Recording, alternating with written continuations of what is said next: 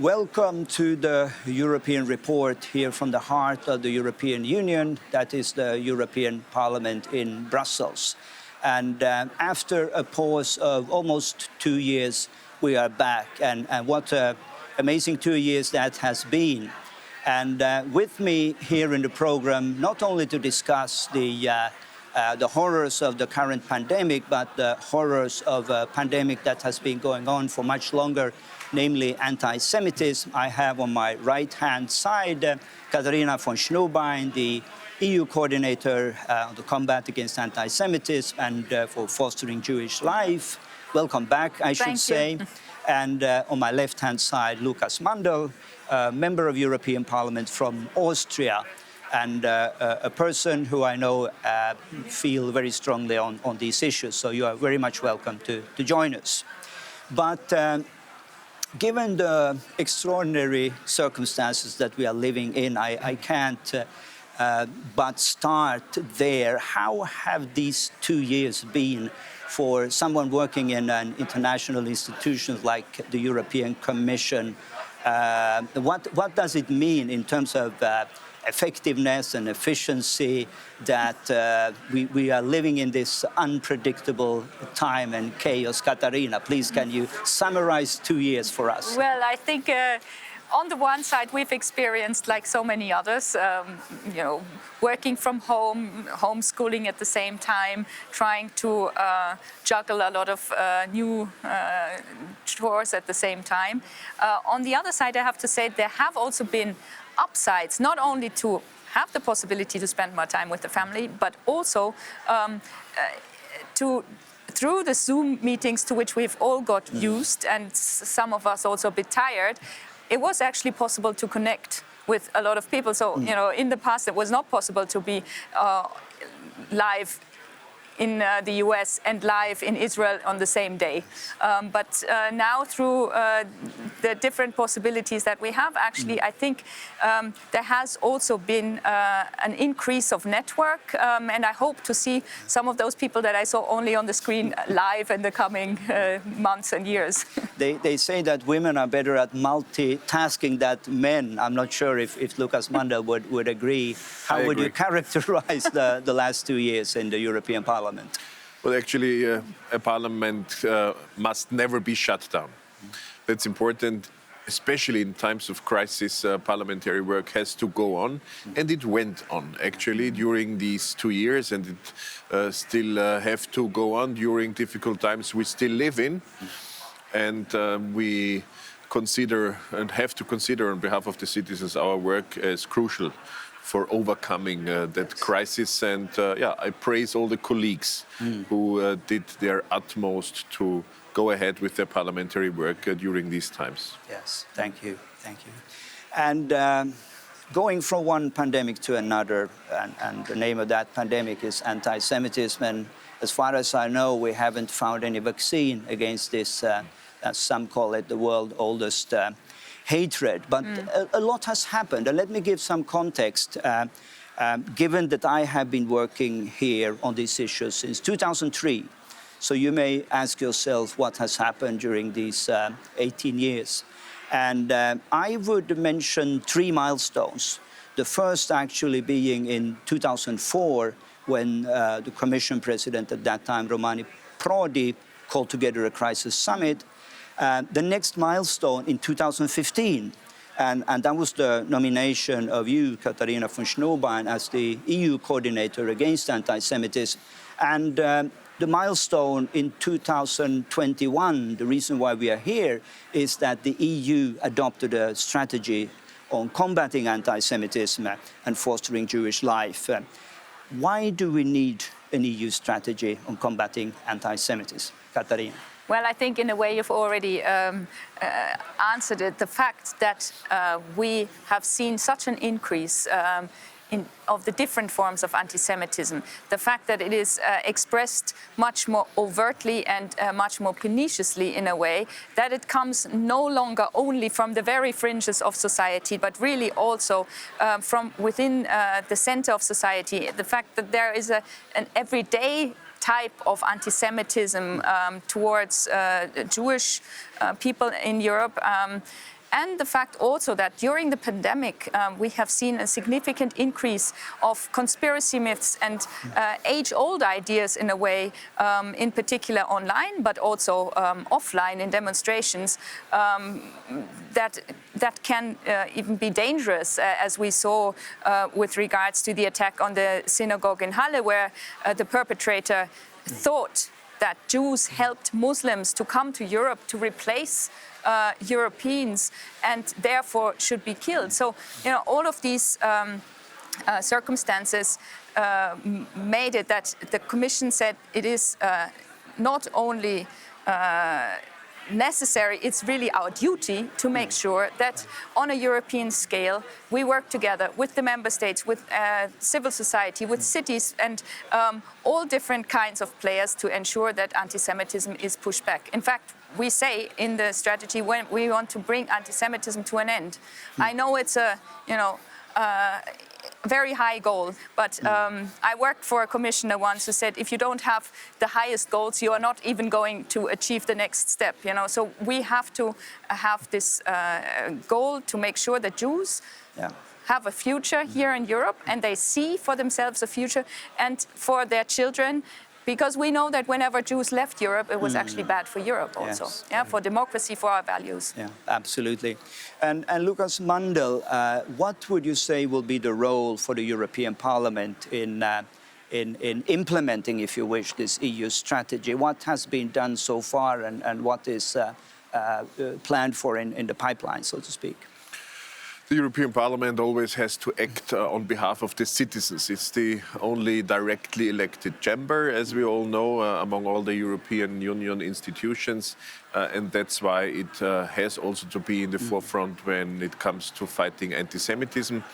The European Parliament has already adopted in June 2017 a strategy against anti-Semitism and is strongly supporting the strategy of the European Commission against anti-Semitism and Katharina von Schnurbein, who is truly a champion in fighting anti-Semitism in Europe and through Europe, because the European Union, in my view, also has a responsibility on a global scale to fight anti-Semitism, to fight anti-Zionism, which is clearly a part of this anti-Semitic conspiracy theories and anti-Semitic action generally.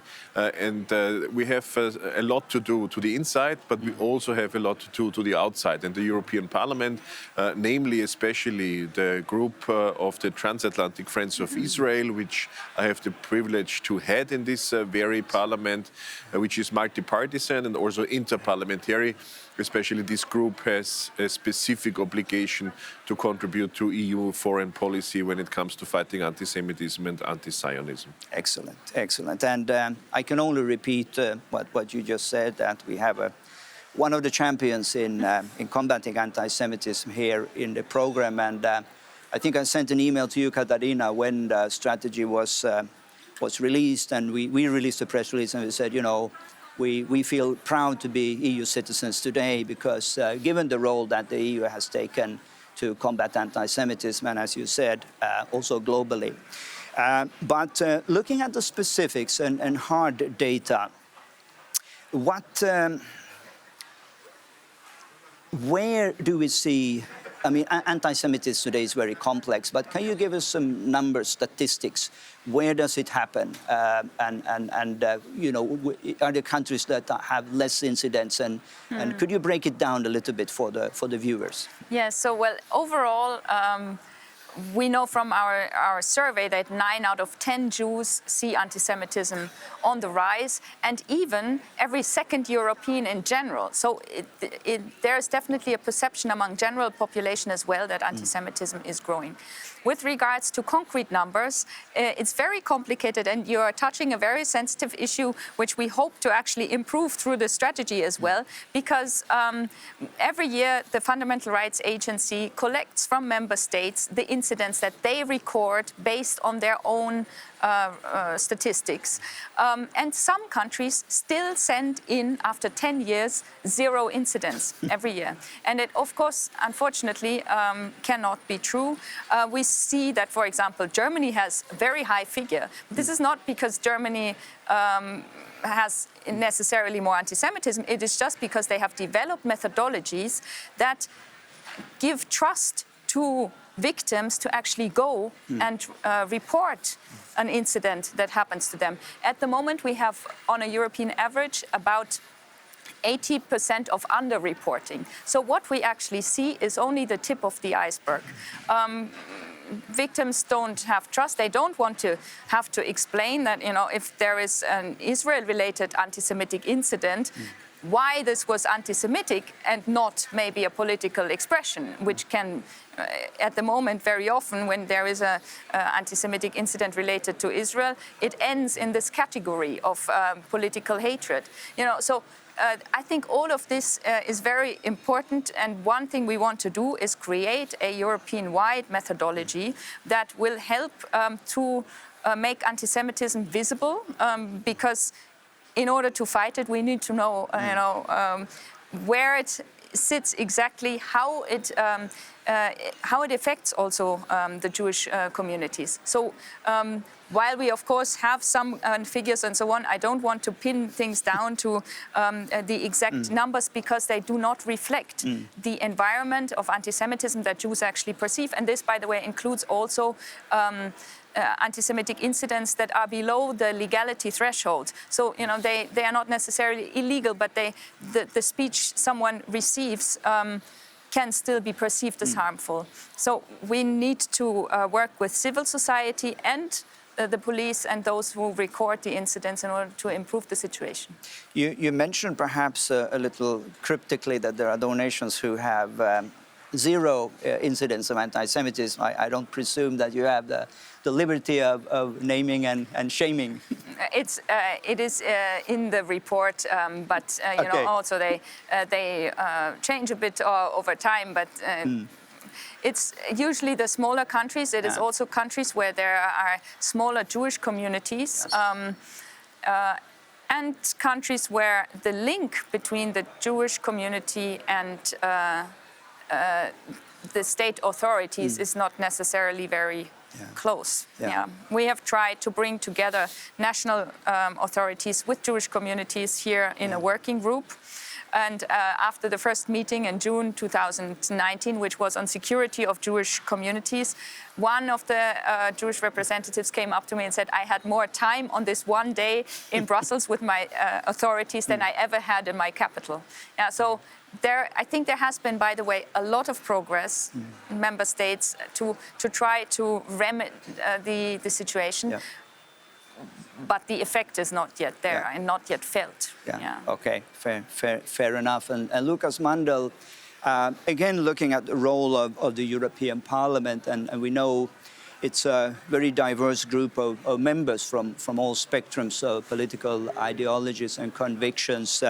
Would you say that there is a consensus here that anti-Semitism is something that should be given priority?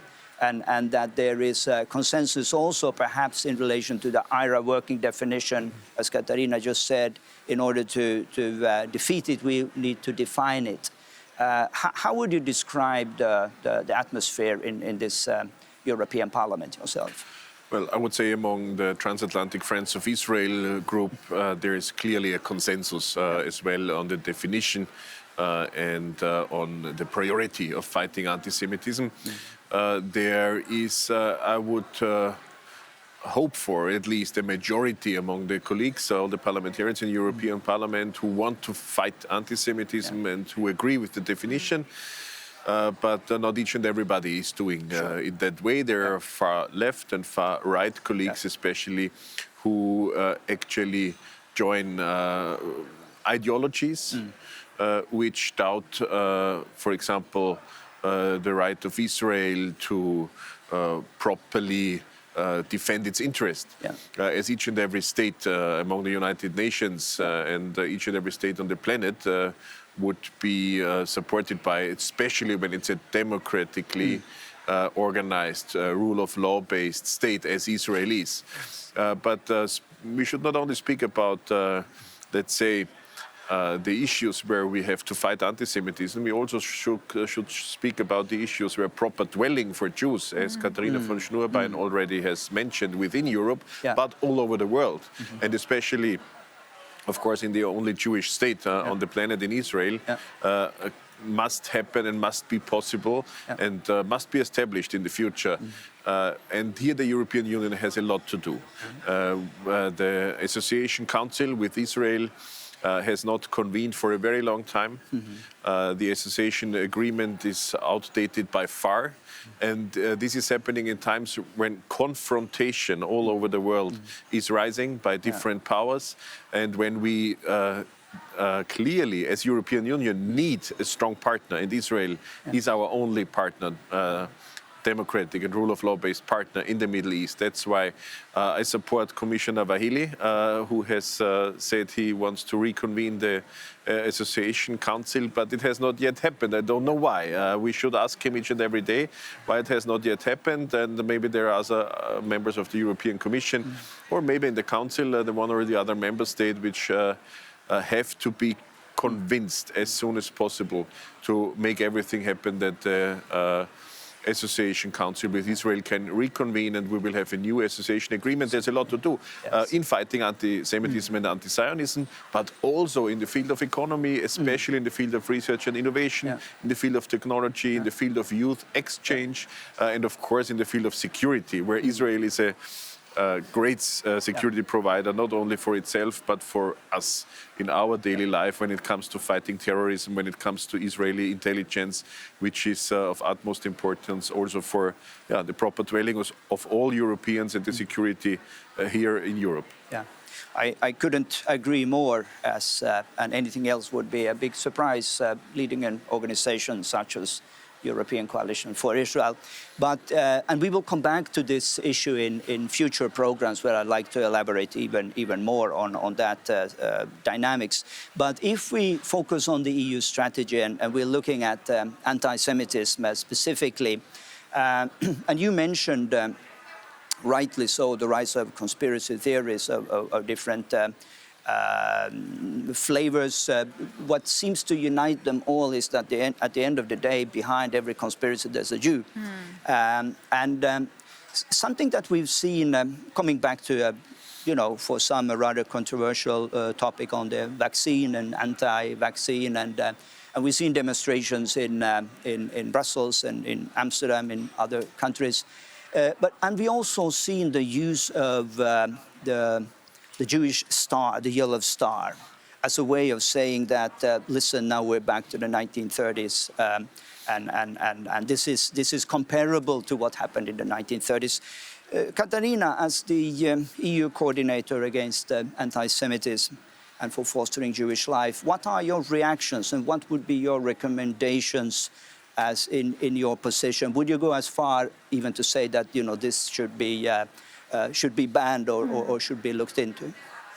So it is true that we have seen this increase of conspiracy myths. In fact, we even did a study because we saw it exploding in the first half year of the COVID pandemic. And in June of 2021, we brought out a study that looked at the whole year, and we saw a 13-fold increase of anti-Semitic content in German language on Twitter, Facebook, and Telegram, and a 7-fold increase in French language. We focused on these two languages because on English there's already more available. So, this conspiracy does not go unnoticed or has an effect on people. And as you say, in many pandemics and many difficult situations in the past, in the end, the Jews became the scapegoats. I think that wearing this star, first of all, I think it must be called out by anybody who, walks alongside such a person in a demonstration. They should understand that the situation today, when in a pandemic, as a potential carrier of a virus, you are offered a vaccine, is something totally different than the systematic industrial killing of 6 million Jews. This is, I mean, the fact that this is not automatically understood is a very alarming situation. Now, we have legislation in place where Holocaust trivialization is criminal.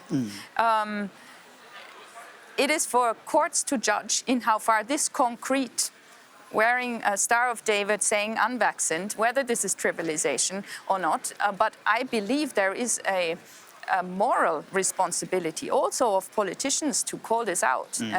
And we have in the strategy put in a very clear sentence in which we say that this kind of comparisons, in particular referring also to the Star of David, is unacceptable in the European context. I'm taking notes, and I hear you loud and clear. This is not acceptable, and it should be called out. Thank you for making that very clear. And I think it's one thing to disagree on vaccination. I'm fully vaccinated, and I think we all are. But it's another to draw this horrendous comparison. Lukas, Mandl, I know in Vienna you had a major backlash against vaccination, and I'm sure this is not a new phenomena for you either. Would you like to comment? Well, actually, conspiracy theories have risen during the pandemic, especially anti-Semitic conspiracy theories. That's what we were talking about.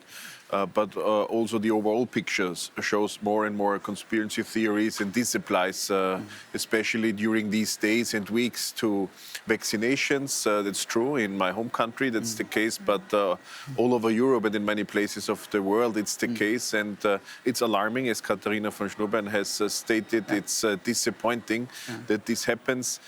Because for the vast majority of people, I guess there is something important to say. It's the meaning and the importance of science and academia. It's something that has been shown more than ever before for our generation, how important researchers and their results and science and academia are, because a vaccine was developed pretty quick during this pandemic. We are the very first generation in mankind's history who can overcome a pandemic with a vaccination, thanks to academia. This is the other side. We have always to underline and to emphasize, I guess, that now for the years and the decades ahead, each and everybody actually could better understand, even myself, I do better understand the importance of research and academia due to the development of this vaccine. And that's why, not pressure to people who may follow conspiracy theories, but consideration, exchange, interaction, communication, arguments, facts and figures, examples, and each and every personal outreach to people who may not agree with vaccines is of utmost importance in order to overcome this. And the same is true for even more. The same is true for anti-Semitic actions within Europe, but also to the outside, also when it comes to the importance of the alliance with Israel and the right of the only Jewish state to exist. We know conspiracy theories here. Maybe one last point from my side. Israel was attacked earlier this year, again, day by day, during a whole week by terrorists from nearly each and every corner. And on the Austrian government building, the Israeli flag was shown. So the Austrian government building is a sign of solidarity showed with the Israeli flag. And not only in Austria, but unfortunately also in Austria and in other places in Europe, there was criticism about it. And I clearly said, if there would be terror attacks against France or against the UK, nobody would doubt that it's clear that we show on a government building or whatever building with the flag of France or the UK. But when it comes to Israel, there is again and again criticism, and even worse. And this is part of this ideology which actually treats Israel different than any other place in the world. As Transatlantic Friends of Israel group here in the European Parliament, we also fight this discrimination in that regard in the United Nations and in other places. So we have always to make clear what's really happening, for example, when it comes to terrorism, which puts children, women, men, civilians in their villages and towns in danger, and that's what's actually happening in Israel. Yeah.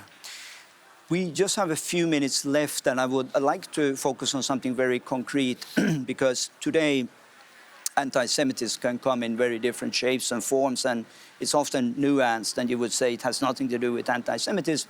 But clearly there are also, say, Holocaust denial or open anti-Semitic messaging being from neo-Nazis or other groups. I remember when the German Markus Schulz was elected member of the European Parliament, and he said in his first speech that if I ever hear Holocaust denials in this chamber, I will point to the door. My questions to both of you first. Katharina von Schnurbein, do you think there is open anti-Semitism in Brussels today? And if so, is this Martin Schulz way still the right way to say there is the door? Well, I believe we do see anti-Semitic incidents on the street. We saw it in May very openly, but it can also be in a more, more subtle way in everyday life. What I think is important to realize that it can spread very quickly through the net, through the internet. And this is, whenever there were new forms of media, when the book was printed, then the radio came with the Nazis we made use of, and now the internet, extremists they usually find a way to use these new media very effectively. And this is what has happened. This is what we've seen during the pandemic and before already, even also used to some extent by politicians and so on. And I believe what we need is clear rules with regards to the internet in order to ensure that algorithms do not spread hatred, for example, that there is that there are NGOs that are supported to recognize anti-Semitic incidents and then can put counter speech or can flag it so it's taken down. So these kind of things I think are very important. It's something that we want to do as part of the strategy to make sure the spread of anti-Semitic thought through the net is stopped. Yeah. Thank you, Katharina. We're running out of time. What we do know is that we have a strong defender of the State of Israel, but equally strong in combating anti-Semitism in the European Parliament, in Lukas Mandl, and that we have an EU coordinator that we can be proud of, Katharina von Schnurbein, who continues to do an amazing work. And this is the European report brought to you by the European Coalition for Israel. And we will be back next month with a new program, and we'll see you then.